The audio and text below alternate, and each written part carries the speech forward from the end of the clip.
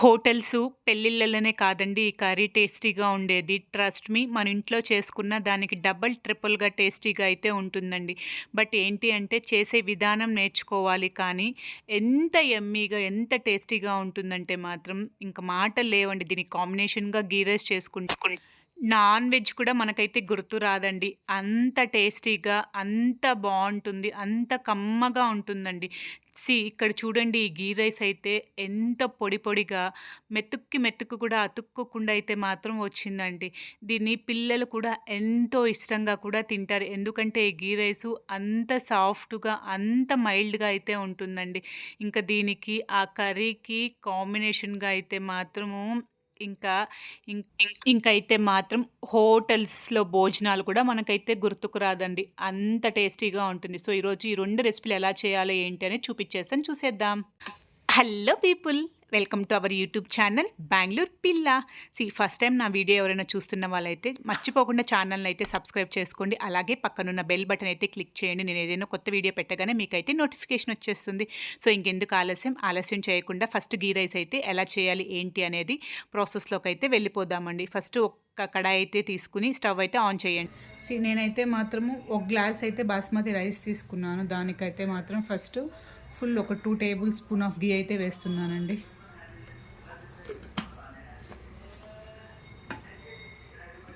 అలాగే ఒక 2 table spoon of oil అయితే వేసాను. ఆయిల్ అయితే బాగా హీట్ అయిపోయిందండి. ఇప్పుడు దీంట్లో హోల్ గరం మసాలా అయితే వేసుకోవాలి. దీంట్లోకి అయితే మాత్రము ఒక 1 ఈరుల్లి అయితే మాత్రం కట్ చేసుకుని చాక్లెట్ వేసేస్తున్నానండి.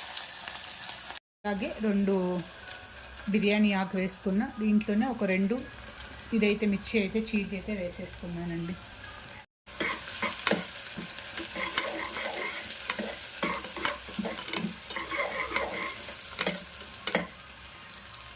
అంతేనండి. ఇంక దీనికి పెద్దగా మసాలా గిసాలా ఏమీ అవసరం అయితే ఉండదండి. కొంచెం అల్లం వెల్లుల్లి, ఒక టేబుల్ స్పూన్ ఆఫ్ అల్లం వెల్లుల్లి పేస్ట్ అయితే వేసుకోవాలి. ఫస్ట్ ఈరుల్లి అయితే గోల్డెన్ బ్రౌన్ వచ్చేంత వరకు వేపించుకున్న తర్వాత అయితే అల్లం వెల్లుల్లి పేస్ట్ అయితే వేస్తామండి.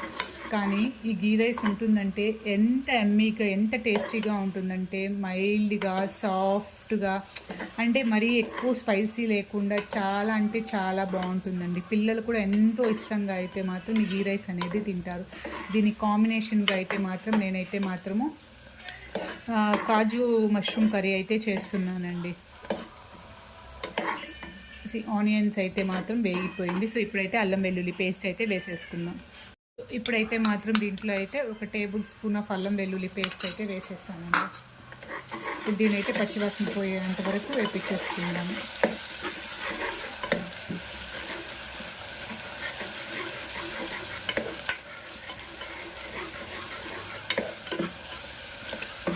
ఎప్పుడు వంటలు కానీ లో ఫ్లేమ్లో చేసుకుంటే మాత్రం చాలా అంటే చాలా టేస్టీగా అయితే ఉంటుందండి.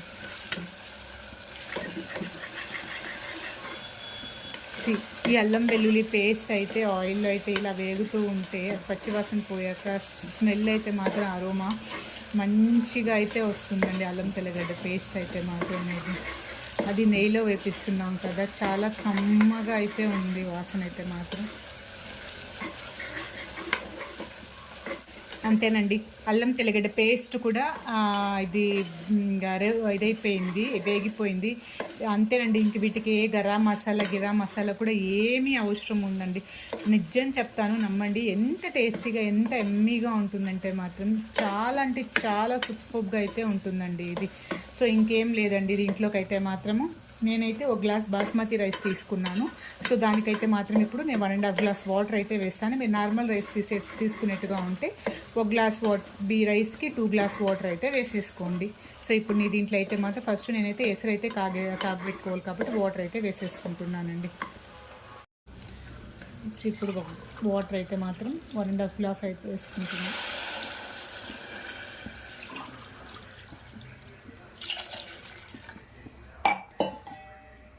అయితే మాత్రం నేనైతే రుచికి సరిపడ్డ సాల్ట్ అయితే వేసుకుంటున్నానండి.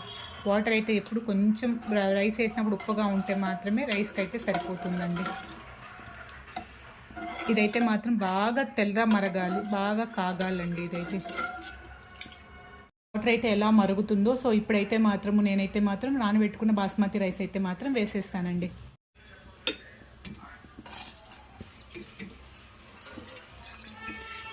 మీకు కావాలంటే దీంట్లో కాజు కూడా వేసుకోవచ్చండి. బట్ నేనైతే మాత్రం నేను కర్రీ వచ్చి కాజు మష్రూమ్ కర్రీ చేస్తున్నాను కాబట్టి నేనైతే దీంట్లో కాజు అయితే వేసుకోలేదండి. మీరు కావాలంటే కాజు కూడా వేసుకోండి. చాలా టేస్ట్ అంటే చాలా టేస్టీగా అయితే ఉంటుందండి.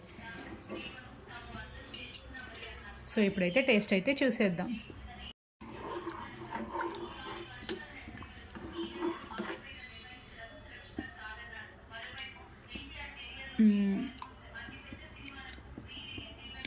సూపర్గా ఉందండి. నాకైతే కొంచెం సాల్ట్ అయితే పడుతుంది లైట్గా.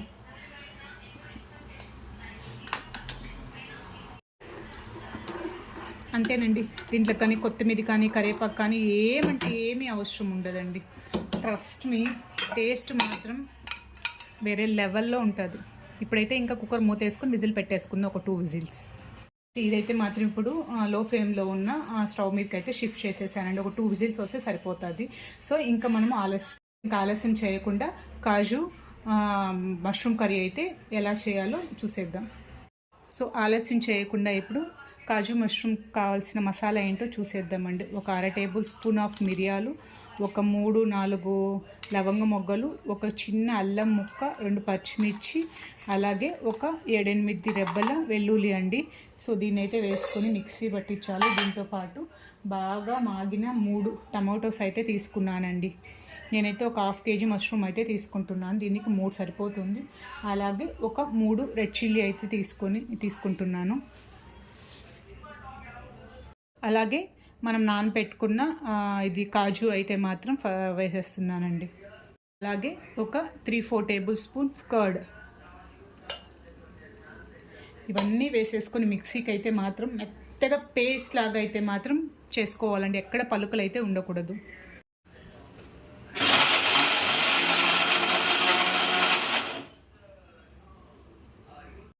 సో ఆల్రెడీ అయితే మాత్రం మన మసాలా అంతా కూడా ముందుగానే రెడీ అయితే చేసి అయితే పెట్టేసుకున్నాం కదా. సో ఇంకా ఆలస్యం చేయకుండా ప్రాసెస్ అయితే స్టార్ట్ చేసేద్దాం. ఫస్ట్గా స్టవ్ అయితే వెలిగించుకుందాము. వెలిగించుకొని ఒక మందపాటి కడాయి అయితే తీసుకోండి. ఆ కడాయిలోకి ఒక 1/2 కప్ ఆయిల్ దాకా వేసుకోండి. ఎందుకంటే ఈ కర్రీకి ఆయిల్ అనేది కొంచెం ఎక్కువగానే పడుతుందండి. సో ఒక 1/2 కప్ వేసుకోండి. ఆయిల్ బాగా హీట్ ఎక్కిన తర్వాత అయితే మాత్రం ఫస్ట్గా అయితే మాత్రము ఒక గుప్పెడు కాజు అయితే వేసుకోండి. పలుకులుగా తీసుకుని కాజు అయితే వేపించుకోండి. ఈ కాజుని అయితే మాత్రం ఎక్కువ గోల్డెన్ బ్రౌన్ కలర్ అయితే అవసరం లేదండి. జస్ట్ లైట్గా కలర్ తిరిగితే సరిపోతుంది. ఎందుకంటే మళ్ళీ మష్రూమ్లో కూడా ఇది వేగుతుంది కాబట్టి. సో జస్ట్ ఇప్పుడు లైట్ కలర్ వస్తే సరిపోతుంది. లైట్ కలర్ వచ్చాక ఏం చేస్తారంటే నేనైతే ఆల్రెడీ మష్రూమ్ని ఒక 1/2 kg తీసుకొని పక్కన చక్కగా వాష్ చేసి అయితే కట్ చేసి అయితే జల్లెట్లో అయితే పెట్టేసుకున్నానండి. ఏదైనా వాటర్ ఉన్నా కూడా జల్లెట్లో స్టైన్ అయిపోతుంది కదా. సో నేనైతే చక్కగా వాటిని వాష్ చేసి పక్కన పెట్టేసుకున్నాను. సో ఇది లైట్ బ్రౌన్ కలర్ వచ్చిన తర్వాత ఏం చేస్తామంటే సో ఆ మష్రూమ్ని అయితే మాత్రం ఇందులోకి అయితే వేసేసేయండి. నేను మష్రూమ్ అయితే మాత్రం అంతా ఒకేసారిగా వేసేసాను. ఇఫ్ యూ పాసిబుల్, మీకు ఏదైనా పాసిబుల్ ఉంటే మాత్రం 2 టైమ్స్గా మష్రూమ్ అయితే వేపించుకోండి. నాకు ఆల్రెడీ ఇది మార్నింగ్ చేస్తున్నాను కాబట్టి టైం లేక అన్నీ ఒకేసారి అయితే వేపించుకొసుకున్నాను. సో మీ 2 టైమ్స్గా అయితే మాత్రం కొంచెం వేపించుకోండి. చక్కగా అయితే మాత్రం ఆయిల్లోనే అయితే వేగుతుందండి అది. సో ఇది 2 ఆల్రెడీ గోడంబి అయితే గోల్డెన్ కలర్ అయితే వచ్చేసిందండి. ఇది గోల్డెన్ కలర్ వచ్చిన తర్వాత ఇదైతే మాత్రం రెండింటిని అయితే మాత్రం సపరేట్గా ఆయిల్లో నుంచి అయితే మాత్రం సపరేట్గా తీసి పక్కనైతే మాత్రం ప్లేట్లోకి అయితే పెట్టేసుకోండి. అలాగే అయితే మాత్రం ఉంచకండి. ఎందుకంటే మనము ఇంకా మసాలా అంతా కూడా వేపించాలి కదా ఆయిల్లో. సో అందుకే ఇది బాగా వేగిన తర్వాత అయితే మాత్రం సైడ్లో ఒక ప్లేట్లోకి అయితే తీసి అయితే పక్కన పెట్టేసుకోండి. నాదైతే ఆల్రెడీ వేగిపోయింది కాబట్టి నేనైతే తీసి పక్కన ప్లేట్లోకి అయితే పెట్టేసుకున్నానండి. ఇది కొంచెం హై ఫ్లేమ్ మీద మాత్రమే చేసుకోండి. ఎందుకంటే లో ఫ్లేమ్లో చేసుకుంటే మష్రూమ్లో ఉండే వాటర్ అంతా వచ్చేస్తుంది. సో హై ఫ్లేమ్ మీద చేసుకొని అయితే పెట్టేసుకోండి. సో ఇప్పుడు అదే కడాయిలోకి ఇంకొంచెం ఆయిల్ అయితే వేసుకుని నేనైతే మాత్రం చిన్న ఈరుల్లి అయితే 2 తీసుకున్నానండి. సన్నగా చాప్ చేసి పెట్టుకోండి. బట్ ఇక్కడ అయితే మాత్రం కంపల్సరీగా ఈరుల్లి ఈరుల్లి అనేది మాత్రం గోల్డెన్ బ్రౌన్ కలర్ వచ్చి తీరాల్సిందే అండి.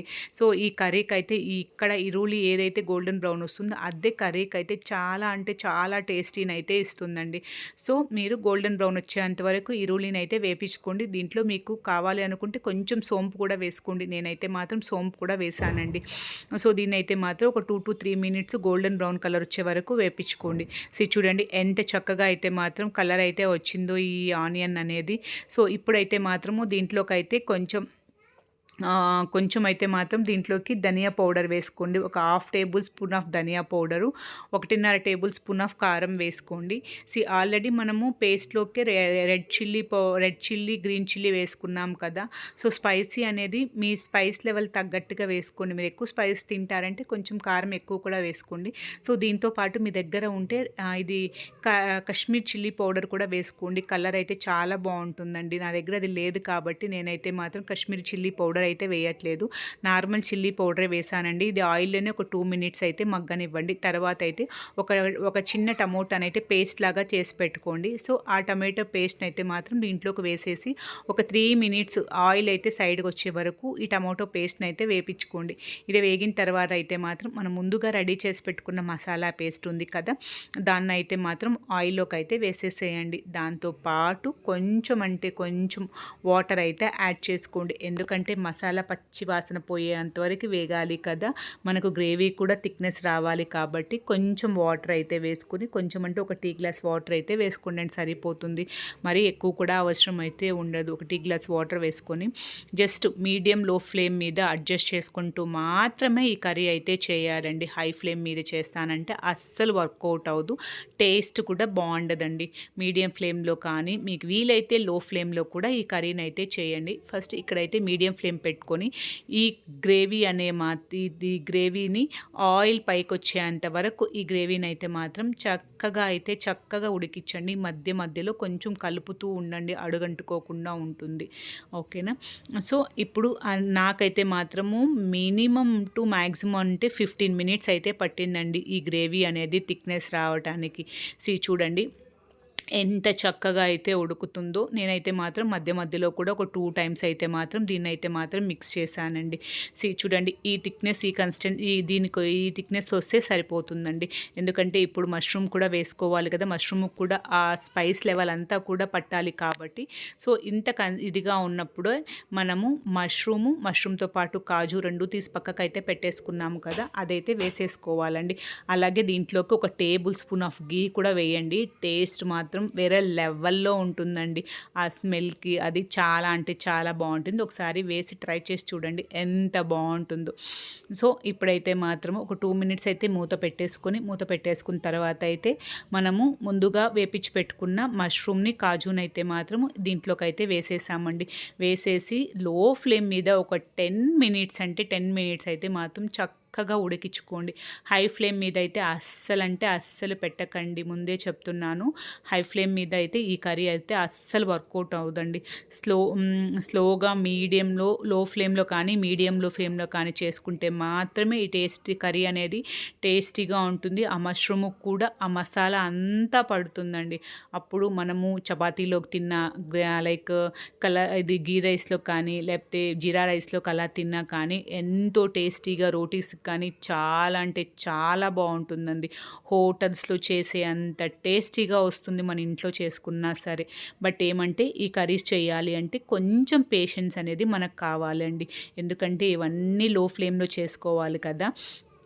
చిన్న టిప్స్ పాటిస్తూ చేసుకుంటే మాత్రము అస్సలు ఇంకా హోటల్స్ కూడా మనం వెళ్ళమండి. మన ఇంట్లోనే మనమైతే కర్రీ అయితే చేసుకుంటాం. లాస్ట్ బట్ నాట్ లీస్ట్ కొంచెం కొత్తిమీర అయితే చల్లిచ్చేసుకుంటే సరిపోతుందండి. చూడండి గ్రేవీ అనేది ఎంత థిక్గా వచ్చిందో, ఎంత చక్కగా చూడడానికి కూడా ఎంత కలర్ఫుల్గా ఉందో కదా. అంతేనండి, ఎంతో ఈజీగా ఎంతో యమ్మీగా రెడీ అయ్యే కాజు మష్రూమ్ కర్రీ అయితే మాత్రం రెడీ అయిపోయిందండి. దీనికి కాంబినేషన్గా ఆల్రెడీ ముందుగా చెప్పినట్టు గీ రైస్ కూడా ప్రిపేర్ అయిపోయింది కదా. సో ఇంకా ఆలస్యం చేయకుండా ఈ రెండింటిని వేసుకొని తింటే ఇంకా మనం హోటల్లో తిన్నంత ఫీలింగ్ అయితే ఉంటుందండి. సో ఐ హోప్ నాకు తెలిసి మీ అందరికీ ఈ వీడియో నచ్చింది అని అనుకుంటున్నా. ఒకసారి మీకు వీలున్నప్పుడు మీరు మీ ఇంట్లో కూడా ట్రై చేసి చూడండి. కర్రీ ఎలా వచ్చింది ఏంటి అనేది కమెంట్ సెక్షన్‌లో కమెంట్ చేయండి. ట్రస్ట్ మీ టేస్ట్ మాత్రం చాలా అంటే చాలా బావుంటుందండి. సో, మీ అందరికీ ఈ వీడియో నచ్చిందా? నచ్చితే ఒక లైక్ ఇవ్వండి.